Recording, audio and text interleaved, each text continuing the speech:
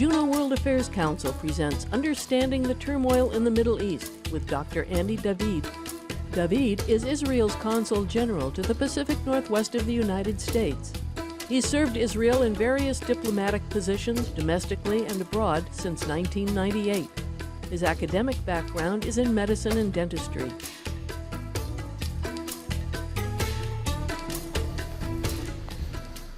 Okay, good evening. It's my pleasure and honor to be here. I look forward for hard questions at the end of my presentation. Leave the easy ones for somebody else. I learned about Alaska a lot of things, but one thing I learned is that you have the highest percentage of veterans in your state. And as a veteran myself, that's something that I respect and I appreciate. And again, it gives me even more honor to be standing here in front of you and presenting my view, my take on what's happening in the Middle East, what's happening in the place where all my loved ones live. And I hope you will enjoy it. I want to start with a story, a short story. Back in 2002, I just returned from my mission in Hong Kong, and I joined our team in the headquarters. And when you're at headquarters, one of the things that you like to do is sit with your friends at the cafeteria and talk about things. And one of those lunches that I had was with one of my colleagues who is an expert on Middle Eastern affairs. And he, on that day, said, I want to tell you something. Something is happening in the Middle East. And that is 2002, way, way before the Arab Spring or Arab Winter or whatever one wants to call it. And we'll maybe call it, at the end of this presentation, maybe we'll have a mutual language and we'll decide how we want to call it here.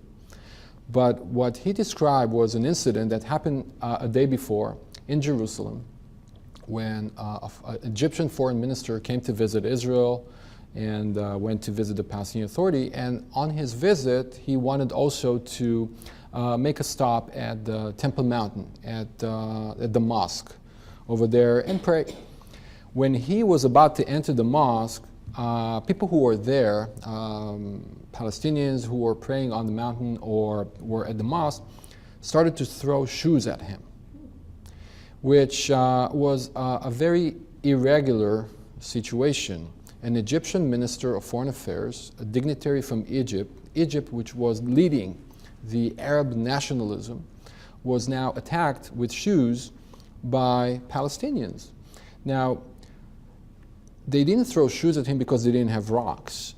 They threw shoes at him because when you enter a mosque in the Islamic tradition, you take off your shoes. This is the dirty part.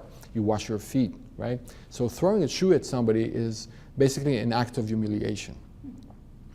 If you remember when former President Bush went to visit Iraq and had this press conference and there was a person there who threw a shoe at him, he threw a shoe not because he didn't have a heavy book with him, but because it was an act of humiliation in his eyes. And he said, the fact that Palestinians are throwing shoes at an Egyptian official shows me that there is something changing in the Middle East. And that, to us, was a change which meant that the position of Egypt as a leader, as a country which was heading the Arab nationalism movement, has been declining. The respect to Egypt was declining. Now, we can look at different events since then that, of course, support all of that, the decline of Arab nationalism, of the Arab, perception of nation state. But in order to go through that journey that I want to take with you today, I want to use the opportunity that I have to show you some slides and maybe some maps and some other information. Most of the information that I'm going to give you is not from recent years. It's from the years before the Arab Spring. Why? Because that data existed back then and it could help analyze and see the direction. So I want to take you a little bit a journey through time to the years before the Arab Spring, show you what was happening, what were the tendencies, and maybe ask ourselves, how can we not predict what happened? But it's always, it's always easy to be smart after the effect. There's this famous story about an Israeli who in the streets of Tel Aviv is looking for parking. Tel Aviv is really, really bad for parking. It's a very condensed city and a lot of people visit it and work in it. And he's driving his car and he's looking for this parking spot. And then he looks up for a moment and says, God, if you find me a parking spot right now, I promise I'm going to call my mother every day, I'm going to wear a sweater, and I'm going to fast on Yom Kippur. So just a second afterwards, somebody spots a free parking. And then he said, okay, God, doesn't matter, I manage by my own. So it's always easier to be smart after the effect, but I want to show you a little bit of what I'm trying to, the journey that I'm trying to take with you.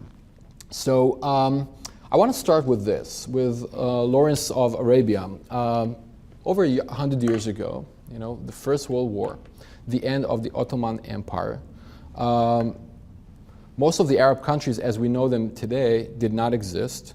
The borders as we know them today were not in place in the Middle East. But what happened is that at the end of the war, the British, this Lawrence was a British officer who helped to organize the tribes, the Bedouin tribes and others in order to help the British to win the war against the Ottomans.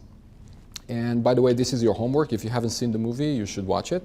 But at the end of that war, we had a new Middle East. Middle East that was divided between the forces, between the powers that won that war, between Britain and France. And as a result, new countries emerged. So this is kind of a comic, I would say, description of the Middle East today. That actually is the picture that appeared on that T-shirt that you could actually buy. So when the Arab Spring started, everybody was so optimistic. They were so optimistic that they joked about it. They made T-shirts about the Arab Spring. And maybe I'll talk a little bit more about what that means later. But I wanted to show you the historic political borders. And if I can show you here on the map, what you can see that the borders always changed. So you see the Ottoman Empire, the borders there. You can see Egypt, how it started to form as an independent country, which actually extended to where Sudan is today. But then, if you look at the end of the First World War, what you can see is that there are a lot of straight lines. And when you see straight lines between countries, straight lines as borders, then you know that there's somebody who was looking at the map, taking a ruler and a pencil and drawing the borders. It was not so much natural borders like a river, a mountain ridge, or other things like that. And you can see that since the end of the First World War until recently, 2010, just before the Arab Spring started, it looks very, very similar, right? So there were no major changes in the last 100 years. But when I talked about the decline of Egypt, I think this is an important map to look at because that also connects some of the dots. So if you look at this map here, and I said that Egypt extended into Sudan, traditionally Egypt was affecting the policies of Sudan very strongly. The Sudanese could not really take big actions without the permission and the agreement of Egypt. But if you remember the genocide in Sudan, the attacks over there in Darfur, okay? So Egyptians had nothing to do with it. They were not responsible. They didn't like what was happening there. But that's exactly my point. They had no effect on Sudan. So Egypt's role as a leader, as somebody who calls the shots, was declining and declining. Now, I can go from country to country and describe all that, but I want to show you a little bit about the connection, the infatuation that the Arab world had with the West immediately following the First World War.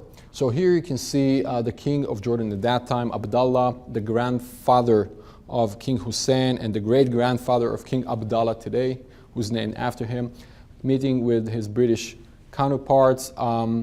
And the one result that came out of the, I would say, the First World War was that the Arab country, or the Arab population in the Middle East, decided that they liked the European model, the nation-state model, parliaments, governments, and they established that. Not only that they established governments and parliaments, but they also adopted a lot of the appearance of Europe.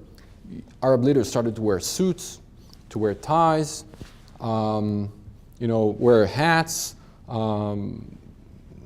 and just look like maybe an extension of the European model of nation states with governments, parliaments, and all that. The European model was a very secular model. Religion was not part of it. Islam was not part of it. And those years following the First World War, and certainly moving up in the 50s, 60s, 70s, you could graduate from a great university studying Middle Eastern affairs, and Islam was part of the conversation, but it was not the main thing. You could have a dinner, talk about the Middle East, and you couldn't not mention Egypt, Syria, Iraq. I mean, those were countries that certainly meant something, declared what they want to do, and tried to do it, if it's wars or peace or whatever it is, but they were setting agendas, right? But you could spend 4 hours having a dinner and not talk about Islam back in the 60s, the 50s, okay? So this infatuation with the model, which was very, very secular, in some cases anti-religion, for example, this case, which this is the Palestinian Mufti al-Husseini in a meeting with Adolf Hitler. So the issue is that Adolf Hitler had no respect for religion, of course, but that kind of conversations and meetings could take place. And later on, the amazing relationship, the close relationship of the Arab world with the Soviet Union. Okay? You can see here through the generations. You can see here on the left, you can see Gamal Abdel Nasser, the president of Egypt back in the 60s, who is here with Khrushchev. And here you can see Brezhnev with Gaddafi. And most recently, of course,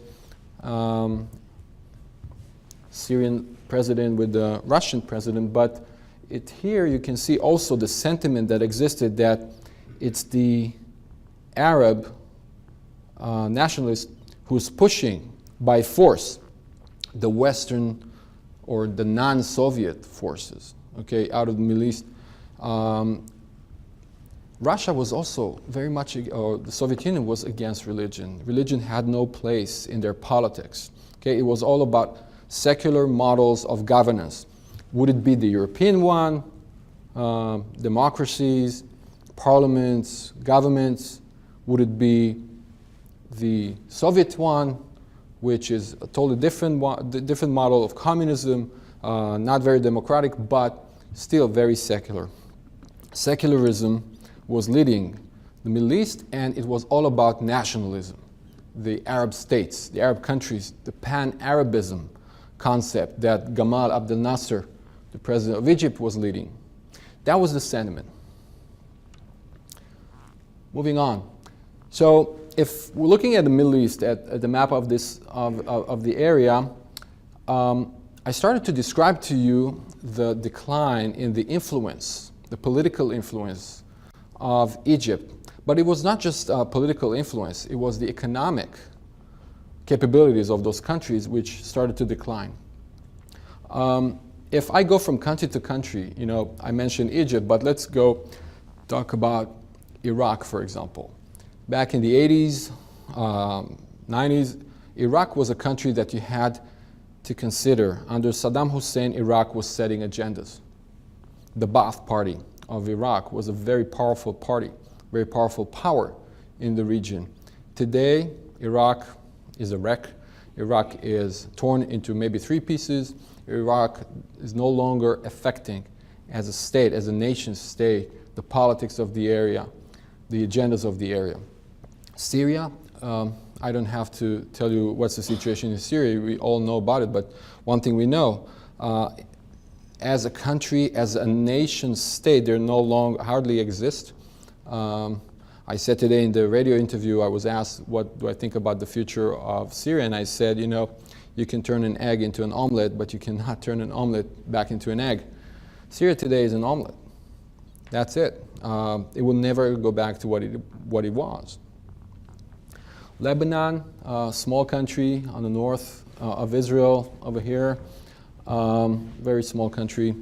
Lebanon since the 70s is torn between different forces, a civil war if you want, between different forces, and is not setting their own agendas, certainly not influencing anything else, not in a good shape. Saudi Arabia, with all its oil and all its economic capabilities, when it comes to policies, to setting agendas in the Middle East, for many years, were hardly involved in that. They were always sitting kind of on the fence, as we say, 1 foot here, 1 foot there. They never take a real position on anything. Certainly not a leader that sets the agendas in the Middle East. If we look at other countries, Yemen, Qatar, Oman, the whole area, and also areas that are not in this map, if we look more to the west, Libya under Gaddafi for many years were setting agendas. Of course, we can argue positive, negative. I think in this room will agree that it was not that positive. But in the years before he was killed, basically he was like a tiger who gave up his claws. He gave up on his mass weapon capabilities. He was becoming more of a joke, not just for the West, but for the Arab world as well. And if you look at Morocco was never a big player in the international arena, Mauritania, and some other countries that some people don't even know how to pronounce. So what I'm trying to describe here is a situation where the nation states, from a political point of view, from the influence, the Arab nation state their influence has been declining, a predicament that they were experiencing. But it was not just the political side. The European model offered freedoms, offered equality, men and women, offered economic prosperity, offered openness. And those promises were not met to certain degrees, some countries more, some countries less, in the Arab world. So here are some information, and reminding you from the years, this is from the mid-2000s, we're looking at the GNP per capita, for example. So you can see, except for the very, very small countries in the Gulf, like Qatar and the United Arab Emirates and Bahrain, but you can see that most of the Arab countries in the region were not doing that well. And what's interesting in those years, if you look at Israel over here, you can see that Israel, without a drop of oil at that time, okay, without their own minerals and energy, actually had a GNP which is higher than that of Saudi Arabia. Today, moving forward, it's almost double now. So something was not working in those countries. And if you look at life expectancy rank, which shows the quality of your medical facilities, your healthcare, again, you can see that life expectancy rank on an average was pretty low at a lot of those Arab countries. The higher it is here, the worse it is. These are deaths per 100 people. So what you can see that countries which are central in the Middle East, countries like Egypt, like Syria, even Turkey, Jordan, Lebanon, situation was not that good. the promises that were made were not fulfilled. This is from a report from the United Nations Development Program, which talks specifically about the status of women in the Arab world. And this is from 2005, 5 years before the Arab Spring even started, which says, and I'll read it aloud, the rise of women in Arab countries goes beyond redressing historical injustices against them and ensuring their equitable treatment, notwithstanding that both are due obligations for Arab societies. Indeed, the advancement of women is a prerequisite for a comprehensive Arab Renaissance. So already back then, identified that something is not working well. Economic freedoms, okay?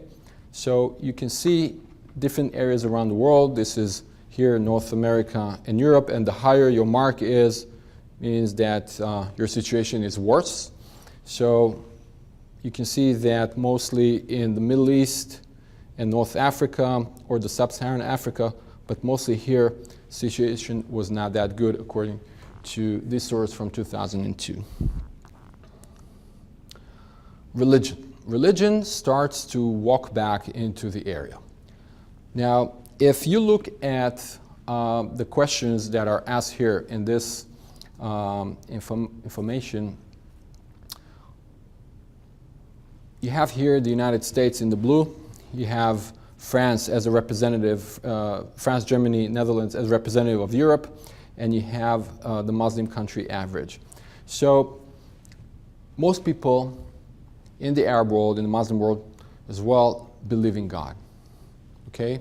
Now, thinking that after so many years of secular regimes, different models, the Soviet model, the European model, still most people believe in God. That's an important factor to understand where we are now. Okay? It's very high here in the United States as well. Okay? In Europe, Europe is much more secular. When asking if about more people with strong religious beliefs should hold public office, we see that in the Arab world, the Muslim world, it's very similar to the United States. People think that, yes, you know, believing in God could be a good thing for leaders. Okay? In Europe, not that important. But here comes the big difference. The big difference comes here. Politicians who do not believe in God are unfit for office. And this is the big difference, okay? Religion starts to play a major role, or always played a major role, but it was not above the radar screen. The instincts, the basic instincts remained the same. Although there was political changes, but the basic instincts remained the same. Now, going back to that funny map, when people are disillusioned, when people are angry about the regime not providing them what they promised them to provide, when people see that there is no hope, then something is about to happen. And here, if you look at Tunisia, which is here in the green, dark green, I put an arrow to describe where it is. They call it, on this funny map, they call it the Big Bang. And it has actually a real meaning.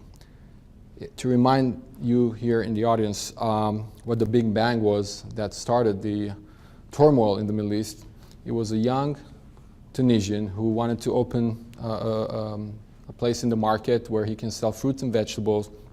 One day a policeman came, turned upside down his stand.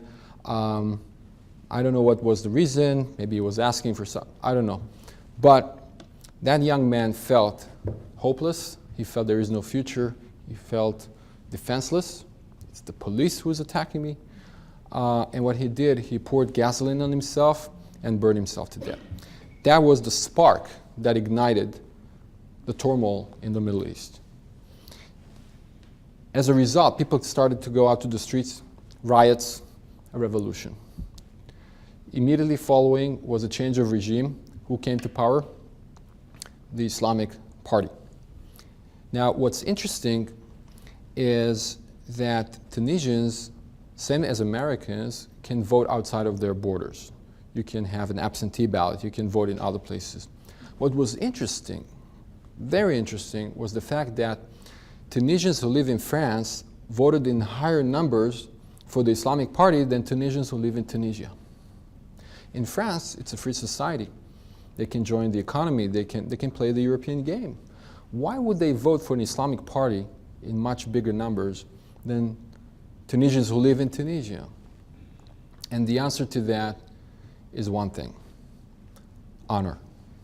They felt that it is the basic instinct that served them for so many generations, and are the governance that is being there now and is not serving them well. So those basic instincts should return, and they should follow them, and they should trust them. And the basic instinct in this case was religion.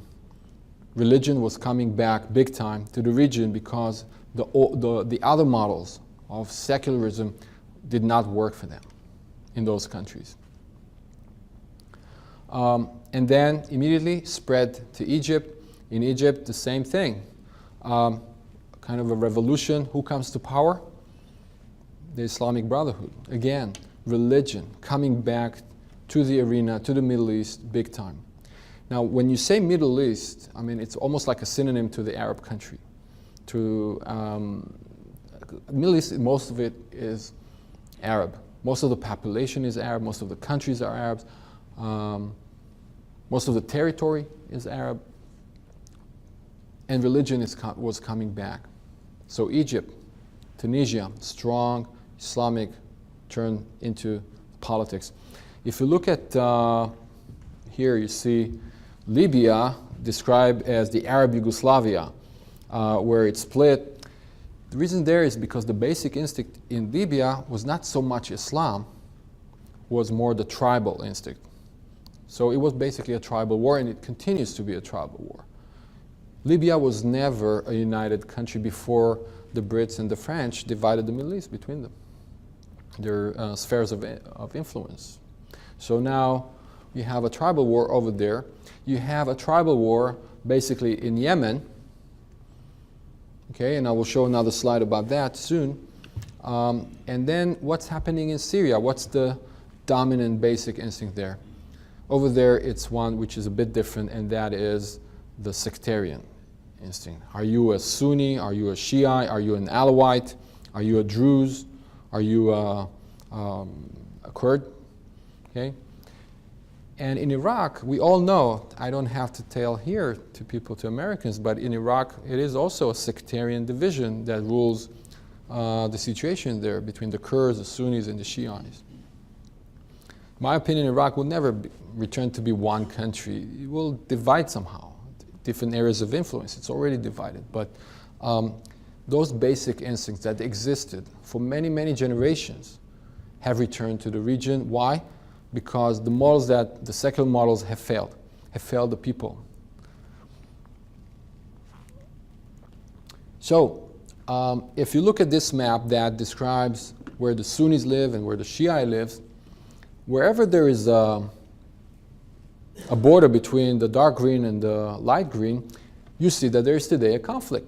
Okay, so here in Iraq, okay, you see that there is the two colors green. There is conflict. You see that in Syria, there is conflict. You see that in Yemen, there is conflict. Okay, the old divisions, the old historical divisions of the Middle East between Sunnis and Shiites have returned big time to the Middle East.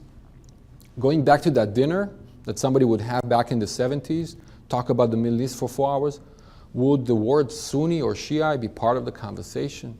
Certainly not. Suddenly everybody becomes an expert on what are Sunnis and Shiites. Why? Because now it's relevant. It determines where the future of the Middle East is going, and it will go towards those divisions. This is a map of Syrian Lebanon, which describes a different, every color here describes a different sect, okay? And it's not really important which color represents who, but what I want to show you is that if one has to guess, okay, back in 2009 or 2008, before the war in Syria, the internal war broke out, and would say, where would it start? What would be the place? Where would be the place that the tensions will be so high that that's the city where those those riots will start. Will be surprised to you if I said that it started here at Homs. Why? Because this is an area where all the colors are almost mixed. Okay, these are the borders between the colors. And another area where riots started was here in the south, Dara. There are more Bedouins over there, and there were some clashes between them and the government. So Syria is, again, it's a sectarian war where I don't think that it will ever go back to be one country under the same borders as it used to be. This is the map that was actually caught by American forces, military forces, intelligence forces in Iraq during the Iraq War. And it shows a little bit about the aspirations of some of the people who were involved there. And they're talking about the United States of Islam. Reminding you, this is years before ISIS even appeared on anybody's radar, before anybody knew anything about it, even before I think they thought that they will one day establish this. But still, for some people, the idea of an Islamic state that will dominate the Middle East and North Africa and some of Central Asia was already existing back then. All we had to do is listen to what they say, because usually they mean what they say. But what's also interesting is where the dream is, because here on the bottom you see where the dream is to be after 100 years, and that is, of course, to dominate the world. So in this case, you know, we say, okay, it's a dream, it's not realistic, but it wasn't realistic. This one was not realistic as well. So we have to listen to what they say. We have to respect what they say, because we get a lot of directions on what the problem is and maybe on how to move forward. I want to talk for a moment about the importance of water in the Middle East. You live here in Juneau. From what I see, I don't think there's a shortage of water here. But where I come from, water is life. Water is a necessity like everywhere else, but we don't have enough of it. Now, if you look at the rivers, the two big rivers that are coming all the way from Turkey through Syria and going to Iraq and out to the Persian Gulf, the Tigris and Euphrates, then you understand the importance of a country like Turkey and the power that it has, the leverage that it has, and how much we need to consider Turkey when looking where the solutions can come from. If you remember the days where the PKK were attacking Turkey, there was some time about in the late 90s where there were some attacks coming from forces, PKK forces, Kurdish forces that were stationed or hiding or located in Syria. The Turks found out about it, and they told the Syrians the following: you have 2 weeks to stop harboring them, to kick them out, because otherwise we're going to close the faucet on you. Within 2 weeks, no Kurdish PKK fighter was left in Syria. Why? Because of water. Water is mandatory. It's a huge political tool in the Middle East, and it's really important to understand the role that Turkey, because of its control of the waters of both Syria and Iraq, has. Okay, so I mentioned Turkey a little bit, and this brings me to the next thing that I wanted to mention, and that is, if I said that the Arab world was declining, was going through this predicament where its influence, the political influence, was declining, the question is, who's setting the agendas today in the Middle East? And the answer is that there are forces that are doing that, but none of them is Arab. Okay? They're over there on the map. And I want to mention the first one. The first one would be Iran. Iran certainly today is setting agendas in the Middle East. Iran is maybe the hegemon of the Middle East, the east side of the Middle East, affects the future and the present of a lot of the countries here. We claim that they have a very negative role that they're playing at the moment. Could be in the future that they'll have a positive role. They had a positive role in the past, before the revolution, but certainly Iran is setting up agendas in the Middle East.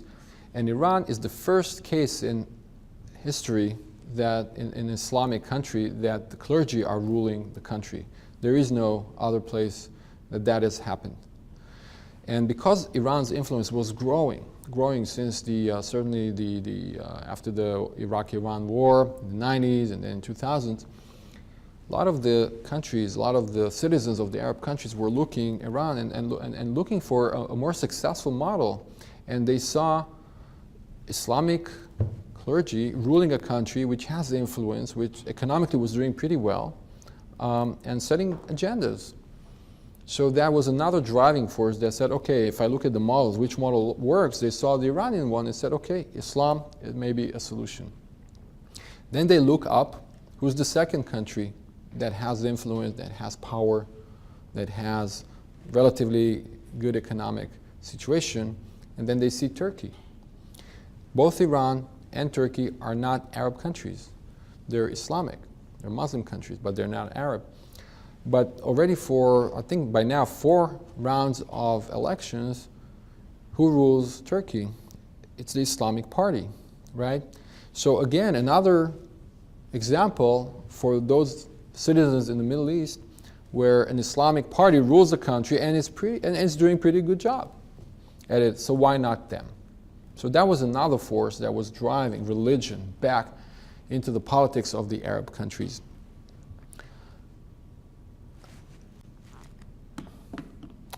I was talking about Iran, but maybe I'll go back for a moment. I claim that there's another, the third force in the Middle East that is able to set agendas. And my claim is that this country is Israel. Israel has become, of course, from a strategic point of view, a very powerful country. Economically is doing very well. Told you the GDP per capita is double than that of Saudi Arabia. Israel has taken all kind of political moves through the years where changed realities. And again, we can have an argument where some people agree with our policy, some people disagree with them. But one thing, I don't think there is a disagreement that Israel can set agendas in our near area. So for example, when Israel decided we're going to withdraw from Lebanon and change realities over there, that was an act that we did unilaterally, but we did it because we thought that we need to set the agendas, we need to take action, we need to do something, and we acted on it. The disengagement from the Gaza Strip, okay, again, a unilateral action that there are many still arguing, was it a smart move or not a smart move, and that is a whole other presentation, but again, Israel was feeling confident enough to do an action that can set agendas, that can set all kind of moves in the Middle East that can maybe change the realities. Today, we're in a situation where, again, there are some things that are happening in the Middle East that Israel is initiating and having collaborations, new collaborations with some of the other Arab countries. A lot of it is not discussed so much in the media, and maybe for a good reason, but the Middle East has been a very dynamic area where a lot of the turmoil is coming because of disappointment from the old models, the secular models, the government, the secular governments, and turning back into more basic instincts, which are religion, sectarian, and tribal. I want to talk a little bit about the Iranian influence over the region. And Iran has become, by the eyes of many of the Arab neighbors, the hegemon in the region. And one reason is because of their pursuit of all the missile program. They can now threat most of the Arab countries with their missiles. Certainly they can threat Israel. and they already have covered most of the territory of Israel with their with the capabilities that they have. But also what's interesting is that Iran continues to try and develop intercontinental ballistic missiles. And the question is, if Israel is on the same continent like Iran, why do they need intercontinental ballistic missiles? And the answer is, when you look at the map, you can see that they cover Europe, Central Europe, Western Europe, and who's next on their list of targets, on the places that they want to threat? And the answer is very clear. They want to be able to threat, not necessarily attack, but to be able to threat the US as well through that program. Iran is a strong country, one that we should respect, with an amazing history, one that we should respect, with relatively very educated people, good universities, had good newspapers, journalists, creators, artists, scientists. It's a serious country, and we need to respect it. And the agendas that they set today, I claim that they're not positive. I'm not the only one claiming that. But it's an important country that we need to take into consideration, because when we look at the future, the turmoil that will continue or stop in the Middle East, Iran will be one of those forces that will determine the future of the region, destabilizing it or stabilizing it. 2 days ago, it was announced, and yesterday it was officially announced, that Israel and Turkey signed an agreement of reconciliation. We had tensions with the Turks after the flotilla event, and finally we reached that agreement. It's not a coincidence that this is happening now. Turkey and Israel has decided, as two countries who, as I said, are able to set agendas in the region, that they want to collaborate and cooperate in stabilizing the area, stabilizing the strategic situation of the area, and hopefully as we move forward, we'll be able to do that more and more. Of course, there are forces who are outside of this area, other countries who play a role. If it's countries like China, who play a role because of their need for energy, and so they're influencing things in the region. The United States, of course, policies that the United States is making affected the Middle East for many, many years. And there are some periods where you affected more, you affected less, but certainly it's very, very much respected and appreciated, certainly by Israel. Europe is going through a situation, a dire situation. We just saw how Britain is leaving the European Union, and I have to say that I cannot rule out that at least a fraction of Brits decided they want to leave Europe because they're concerned about the refugee situation. That is overwhelming. Countries in Europe, overwhelming. Greece, Germany, other countries. You have over 1.1 million refugees in Germany alone. By the German laws, they can bring afterwards, to join them, they can bring in their immediate family members. So we're talking about 3 to 4 family members for each of these refugees. We're talking about 3 to 4 million refugees in Germany just in the coming few years, by law. So the spark, the big bang that started in Tunisia, spread through the Middle East, and exploded in the Arab Spring, or the Arab Winter, if you want, is now reverberating way beyond the borders of the Middle East, reverberating in Europe, and reverberating even further away than Europe. That's my prediction. I would like to maybe make a stop now and allow you to ask some questions, and I'll be happy to answer them. And please remember, ask me the hard questions. Okay? Thank you. Yes, sir. Thank you for your presentation. I was just wondering how much of a spark the U.S. invasion of Iraq was compared to what happened in Tunisia. So certainly, I think that the invasion of the U.S. to Iraq has demonstrated to a lot of the Arab citizens of the Middle East, again, the weakness that they had. So back in the 90s, when Saddam Hussein, Iraq, invaded Kuwait, Kuwait was not able to defend itself. So who came to defend it was the U.S. troops, right? When Iraq was threatening Saudi Arabia, the Saudis were not feeling confident enough to defend themselves. So it was American troops who had to be deployed and give some protection to the kingdom.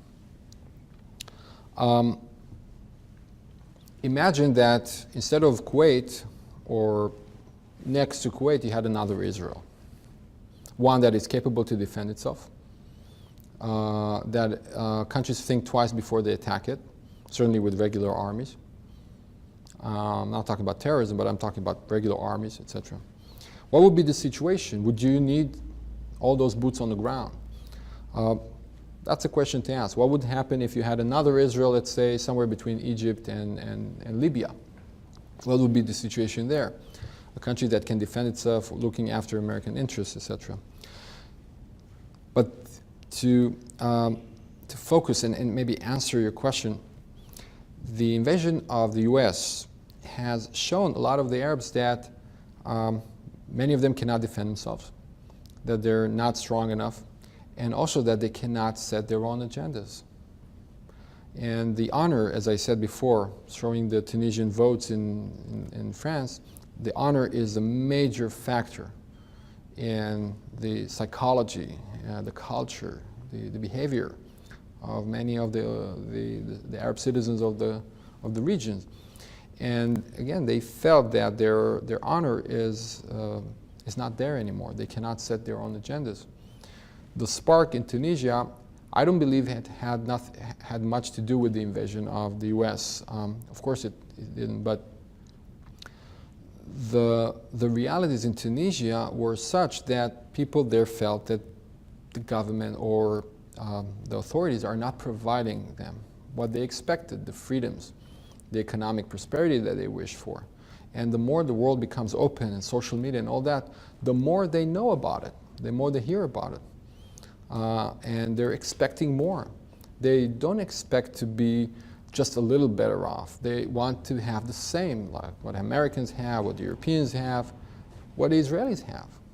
So I think that was the spark that created it. I don't know if let's say the U.S. did not invade Iraq, would the Arab turmoil not occur? I'm not sure, because I showed you the processes, what happened. That's just my opinion. Thank you. Anybody else? Yeah.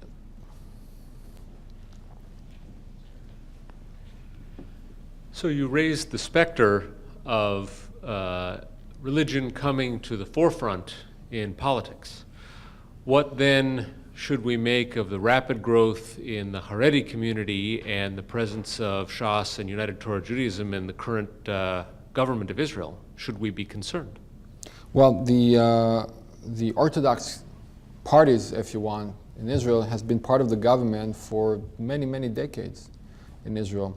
In fact, when Israel was going into the Oslo process, the tipping point for voting for the Oslo process was actually a vote by Haredi party, by Shas, which voted for the Oslo process.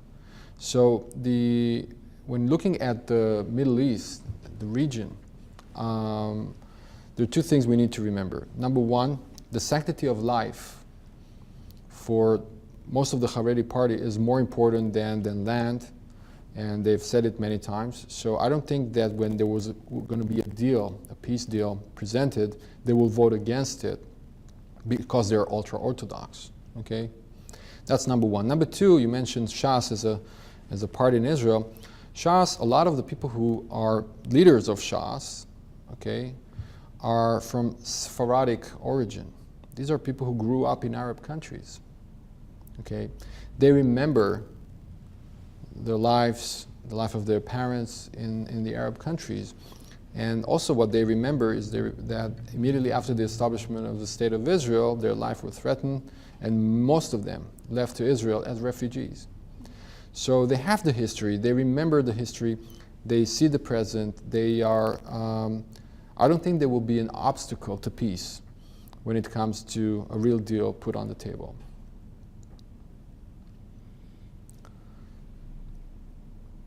Well, yes.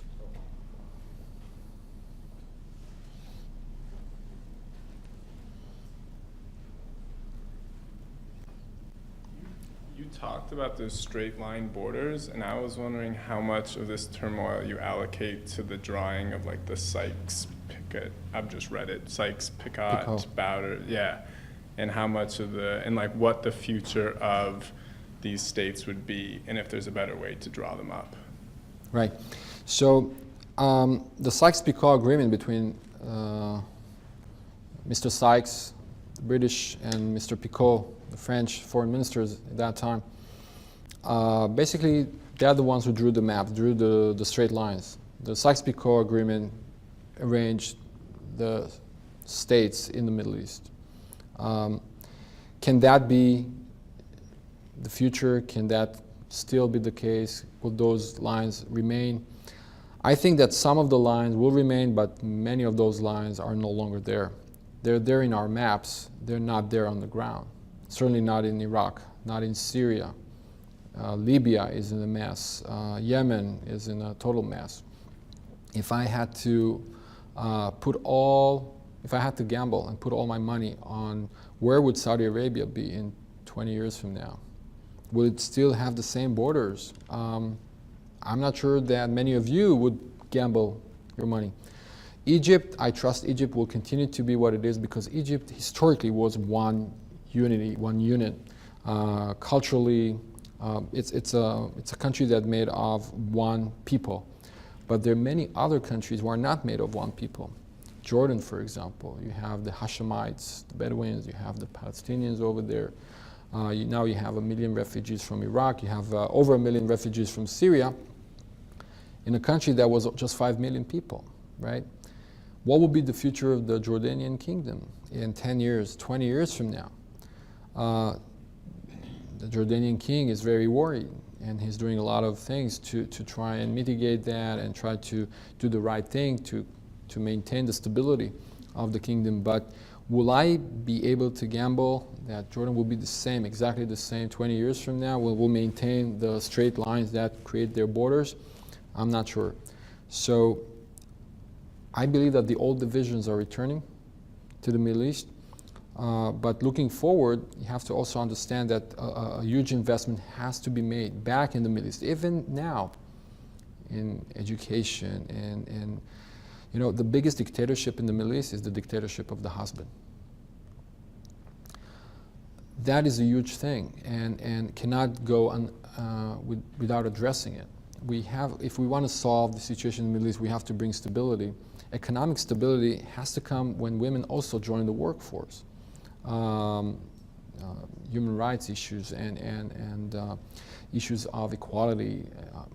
These are principles that has to include some kind of address to that issue. So I think it's a responsibility it's a global responsibility to continue to make those investments and those efforts to create a better society, create a better life for people, to work with them. You know, democracy is not just elections. Democracy starts with freedom of the press, freedom of assembly, freedom of expressing your opinion, creating a middle class, accountability, many, many things. And then you have a real democracy and free elections that count. Maybe the last question, sir. If Israel is one of the countries that can set its own agenda, what is it doing to try to help stabilize the whole situation? And I'm not thinking, keep the Palestinian issue out and just make it more surrounding countries and things. Right. So You know, when you live in Alaska, you know the power of the ocean. Israel is an island, and in this large ocean, and the island can affect the ocean less than the ocean can affect the island. But what Israel does is a lot of humanitarian work in Jordan. There are some Israeli organizations that are working in Jordan, in Iraq, even in Syria, in some areas that they can move. We have built a field hospital in the Golan Heights where we accept people from Syria who are injured, and we treat them and they go back. We give more water to Jordan to be able to give water to the poor refugees who are there. We're trying to be constructive, but let's not forget that a lot of those countries still see Israel as their enemy, and they're not willing to really collaborate with us on an open and equal basis. I think we ran out of time, so I want to thank you all. Thank you.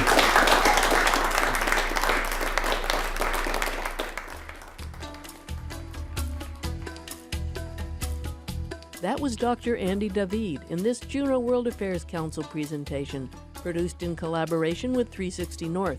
It was recorded June 28, 2016 at 360 in Juneau, with support from Alaska Power and Telephone, Alaska Electric Light and Power Company, Coeur Alaska Incorporated, GCI, Hecla Greens Creek Mining Company, Peyton Associates, the Prospector Hotel, Sea Alaska, and Wastman & Associates Incorporated.